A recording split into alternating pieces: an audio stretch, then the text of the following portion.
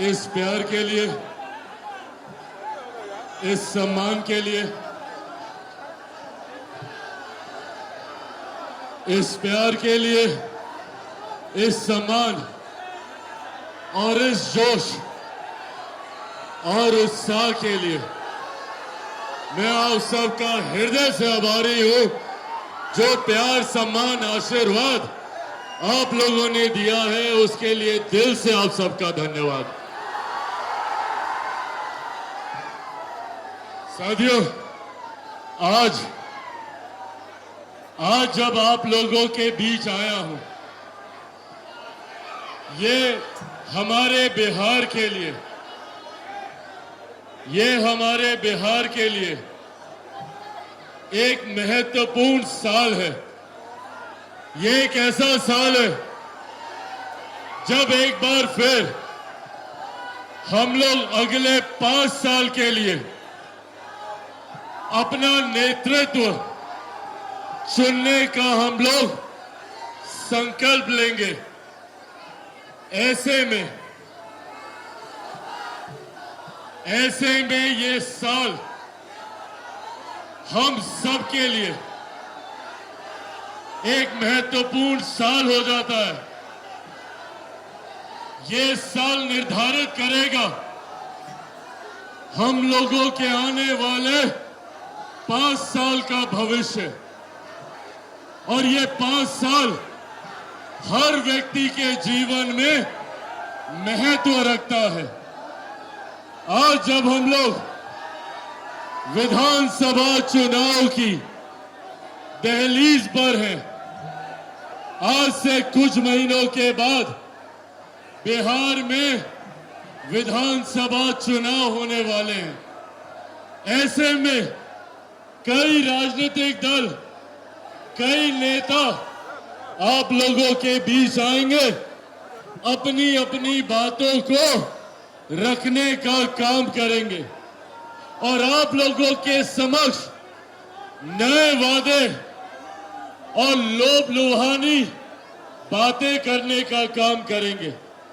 पर मैं चाहूंगा कि जब ये लोग आप लोगों के बीच आए तो आप लोग इनसे प्रश्न जरूर कीजिएगा कि इतने सालों में इन लोगों ने हम लोगों के लिए क्या किया। आजकल एक केंद्रीय नेता है जो दिल्ली से आते हैं और हमारे बिहार को, मेरे बिहार को अपराध का गढ़ बताते हैं, अपराध का कैपिटल बताते हैं। जरा पूछिएगा उन नेता से, क्योंकि चुनाव के वक्त भी वो आप लोगों के बीच आएंगे। वो एक ऐसे दल के नेता हैं जिनकी पार्टी लंबे समय तक बिहार में सत्ता में थी। बिहार तो बिहार, केंद्र में लंबे समय तक सत्ता में थी। कांग्रेस ने लंबे समय तक केंद्र और बिहार में शासन करने का काम किया, और आज जब कांग्रेस के युवराज बिहार आते हैं और मेरे बिहार को अपराध का गढ़ बताते हैं, तो पूछने की जरूरत है राहुल जी से कि भैया आप बताइए, आपके जमाने में बिहार क्या था। हम लोग जब जंगल राज की बात करते हैं तो जंगल राज में सिर्फ लालू जी का 15 साल का शासन नहीं था। जंगल राज के वक्त कांग्रेस का भी शासन उसमें समाहित था। याद कीजिए कर्पूरी ठाकुर जी का वो दौर, जिन्होंने दलितों, शोषितों, पीड़ितों को आवाज देने का काम किया। कर्पूरी ठाकुर जी जिन्होंने सही मायने में सामाजिक न्याय की व्यवस्था को बल देने का काम किया। और कांग्रेस ने क्या किया? कांग्रेस ने कर्पूरी ठाकुर जी की सरकार को हटाकर अपना जंगल राज लाने का काम किया।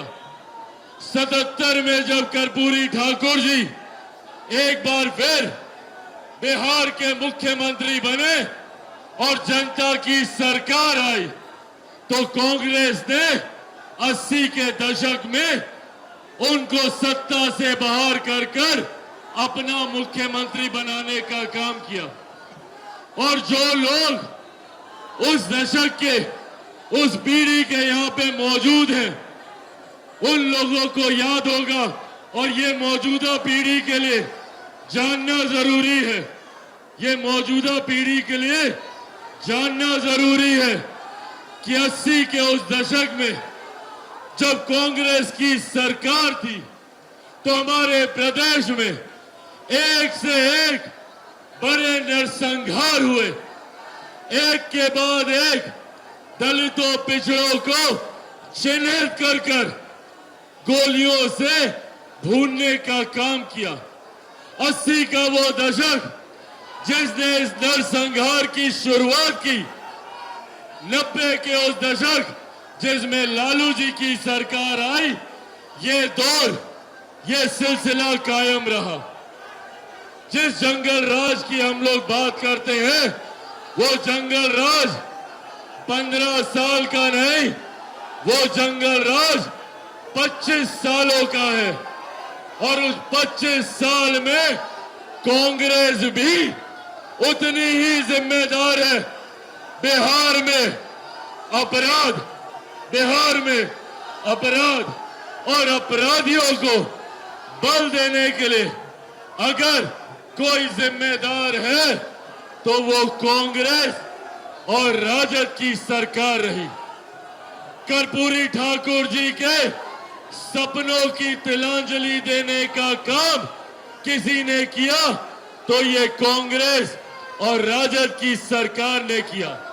आज जो लोग डॉक्टर बाबा साहेब भीमराव अंबेडकर का नाम लेते नहीं थकते, इन लोगों ने अपने जमाने में जब केंद्र में कांग्रेस की सत्ता थी, तो इन लोगों ने भारत की संसद में डॉक्टर बाबा साहेब भीमराव अंबेडकर की एक प्रतिमा तक लगाना जरूरी नहीं समझा।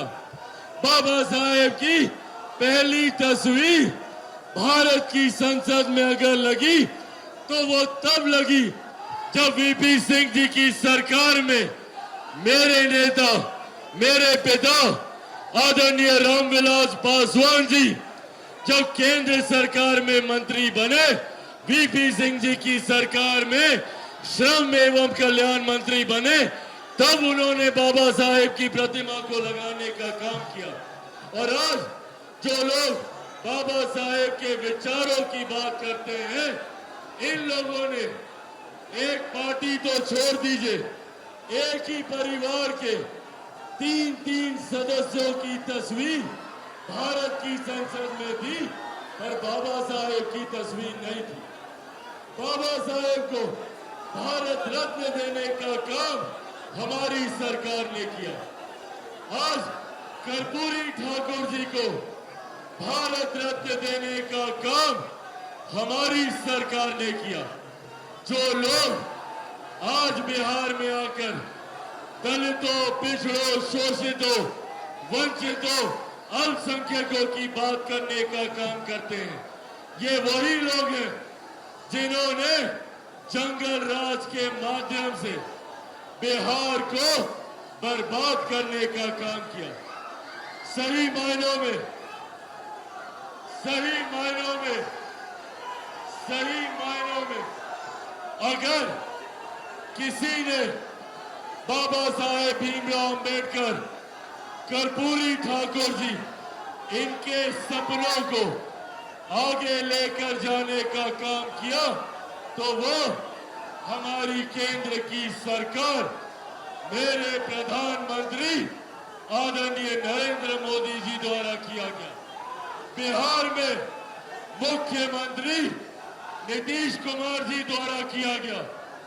आज अगर बिहार में लोग वापस आने की सोच रखते हैं, अगर चिराग पासवान ये चाहता है कि बिहार से बाहर गए हुए लोग वापस बिहार आए, तो उस व्यवस्था को तैयार करने का काम हमारी डबल इंजन की सरकार के द्वारा किया जा रहा है।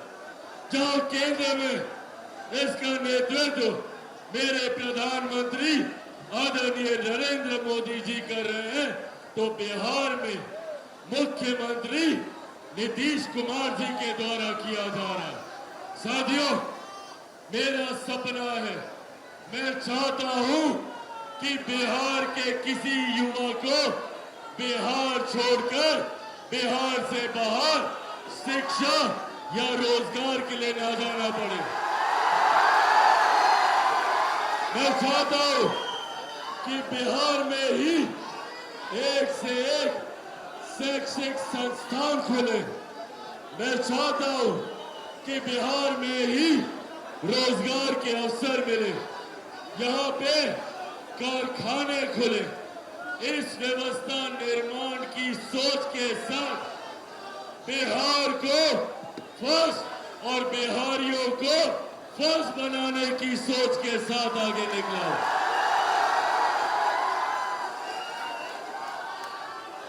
साथियों, इस संघर्ष में कई चुनौतियों का सामना किया। संभवतः भविष्य में भी कई और चुनौतियां आएंगी।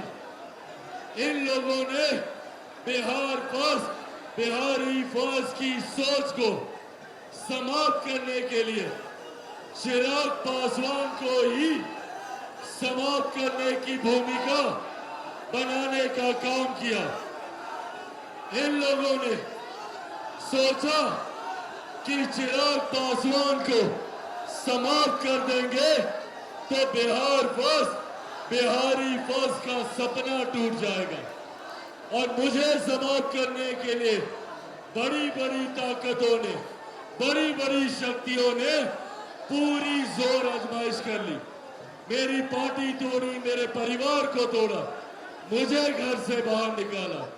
पर जो लोग ये सोचते हैं कि इन बातों से चिराग पासवान टूट जाएगा, चिराग पासवान घबरा जाएगा, वो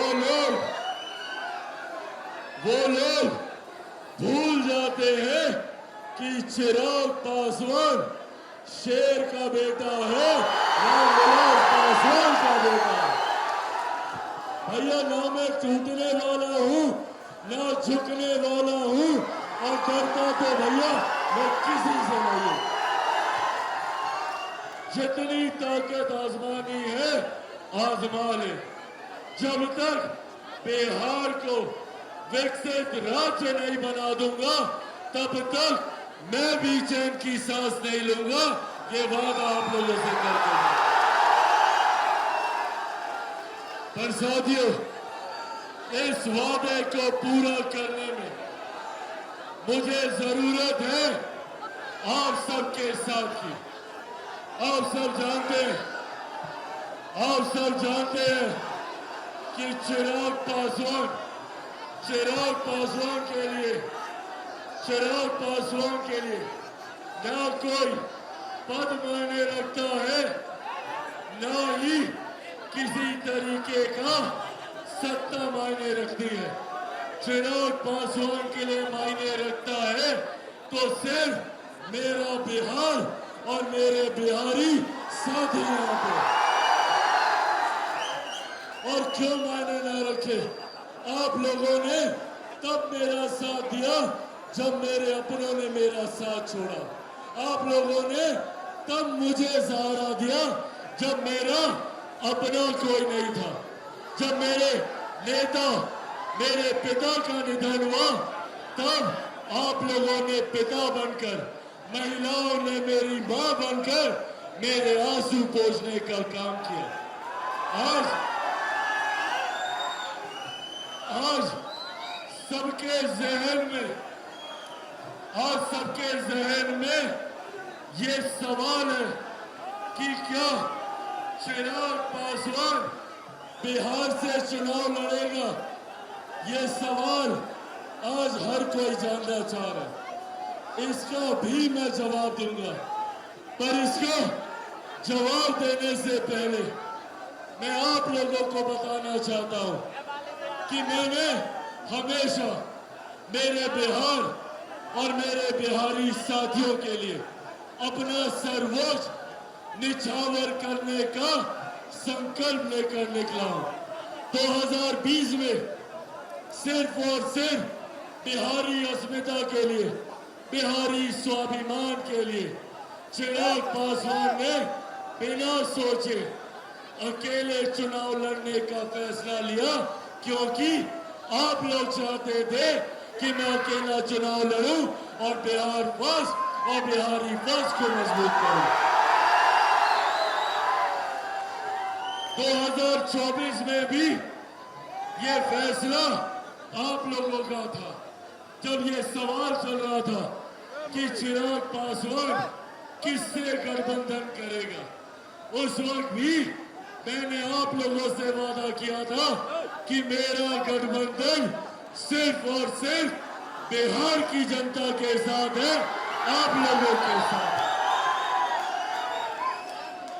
और आज जब ये सवाल पूछा जाता है, आज जब ये सवाल पूछा जाता है कि क्या चिराग पासवान बिहार से विधानसभा का चुनाव लड़ेगा, तो हाँ, मैं बिहार से चुनाव लड़ूंगा।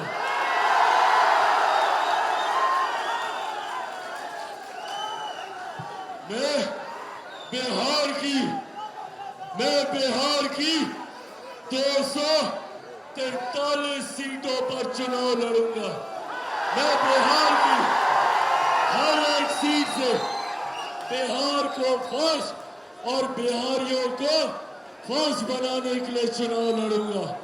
और सबसे बड़ी बात, मैं बिहार से चुनाव नहीं लड़ूंगा, मैं बिहार के लिए चुनाव लड़ूंगा, बिहारियों के लिए चुनाव। साथियों, आप लोग ही मेरा परिवार है। अब मेरे पिता इस दुनिया में नहीं है। जिनको मेरा पिता बनना था, उन्होंने भी मुझे घर से बाहर निकाल दिया। ऐसे में मेरे पिता आप हैं, मेरी माँ आप हैं, मेरे भाई आप हैं, मेरी बहन आप हैं, मेरा परिवार आप है। और अब ये फैसला भी आप ही को लेना है कि क्या चिराग पासवान चुनाव लड़े, और लड़े तो कहां से लड़े। आपका फैसला मेरी सराखों पर।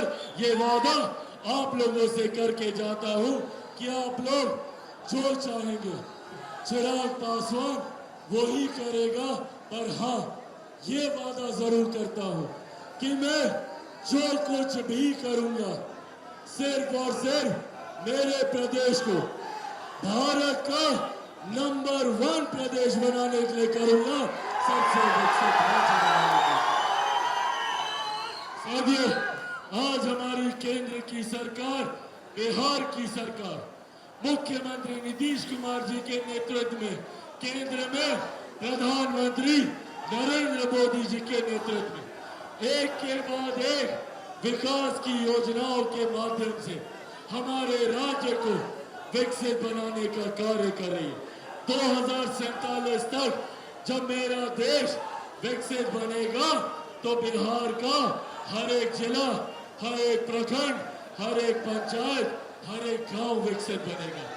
और इस विकास की राह पर मुझे आप सबके साथ, आप सबके सहयोग की जरूरत है। मैं जिस लक्ष्य के साथ चला हूं, बिहार को विकसित राज्य बनाने का लक्ष्य, उसमें चिराग पासवान अकेला कुछ नहीं कर सकता। चिराग चिराग पासवान को जरूरत है आप सबके साथ की, आप सबके सहयोग की। आप सबको चिराग पासवान बनकर गांव-गांव, घर-घर जाकर बिहार फर्स्ट और बिहारी फर्स्ट के बारे में बताना होगा। बनेंगे चिराग पासवान? पक्का बनेंगे चिराग पासवान? ऐसे नहीं, दोनों हाथ उठाकर बताइए, बनेंगे चिराग पासवान?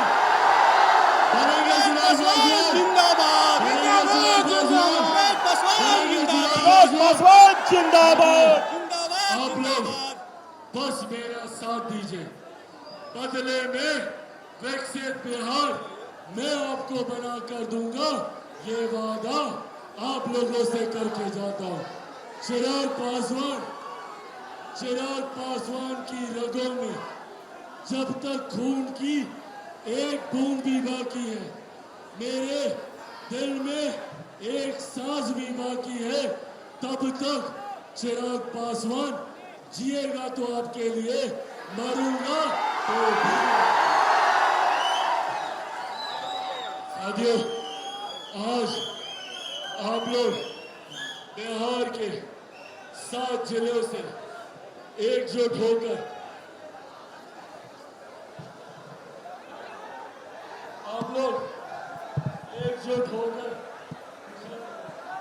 यहाँ पे आने का, इस चिलचिलाती धूप और गर्मी में अगर आप लोग इतनी भारी संख्या में यहाँ पर मौजूद हैं, तो बिहार फर्स्ट, बिहारी फर्स्ट बनाने का शंखनाद तो आप लोगों ने पहले ही कर दिया है।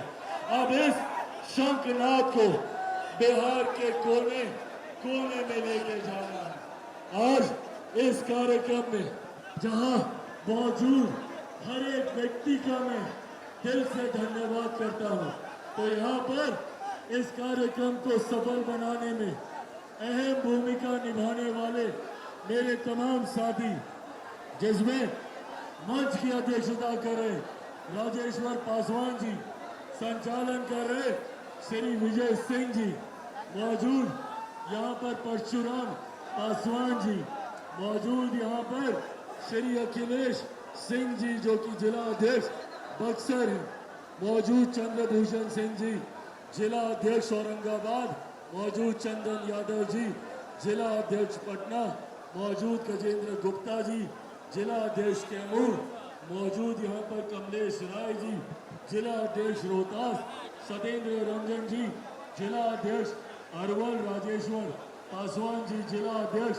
भोजपुर, अजीत राय जी, संजय सिंह जी, राजीव रंजन जी, प्रकाश चंद्रा जी, सुनील यादव जी, वेद प्रकाश पांडे जी, यामिनी रंजन मिश्रा जी, मौजूद यहाँ पर हमारे संसदीय बोर्ड के हमारे अध्यक्ष हुलास पांडे जी, युवा के हमारे प्रदेश अध्यक्ष वेद प्रकाश पांडे जी, मौजूद यहाँ पे हमारे माननीय सांसदगण श्रीमती शांभवी चौधरी जी, श्रीमती वीणा देवी जी, यहाँ पर मौजूद हमारे सांसद श्री राजेश वर्मा जी, मौजूद हमारे प्रदेश के अध्यक्ष श्री राजू तिवारी जी, मौजूद यहाँ पे जिला के प्रभारी पंकज पासवान जी, मौजूद इस कार्यक्रम में हमारे प्रदेश के हमारे प्रभारी और सांसद अरुण भारती जी, मौजूद इस कार्यक्रम में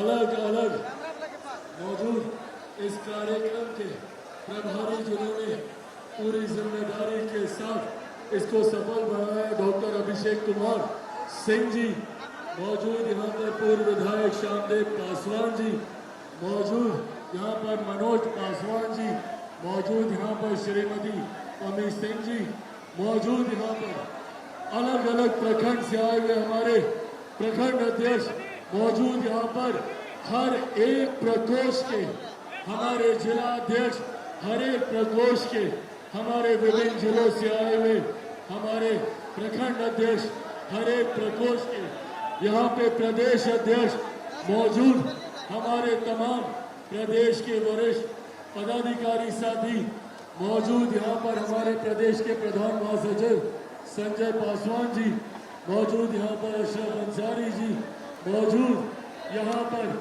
बिहार के कोने कोने से, बिहार के इन जिलों से आए हुए हमारे तमाम कार्यकर्ता साथी मौजूद, यहाँ पर प्रेस मीडिया के हमारे तमाम पत्रकार साथी मौजूद, यहाँ पर आदरणीय बुजुर्गों, माताओं, बहनों और मेरे तमाम नौजवान युवा साथियों, एक